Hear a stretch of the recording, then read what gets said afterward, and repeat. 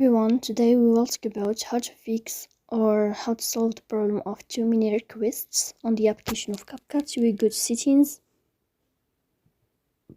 Here in this page you will go to apps, default apps, app settings.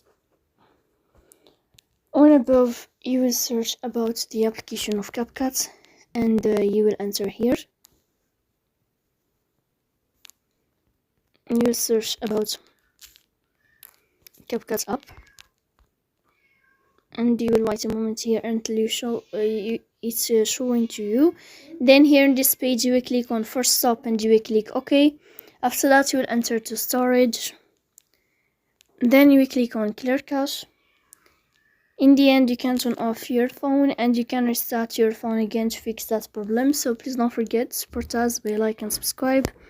See you next time and thank you for your watching and your attention.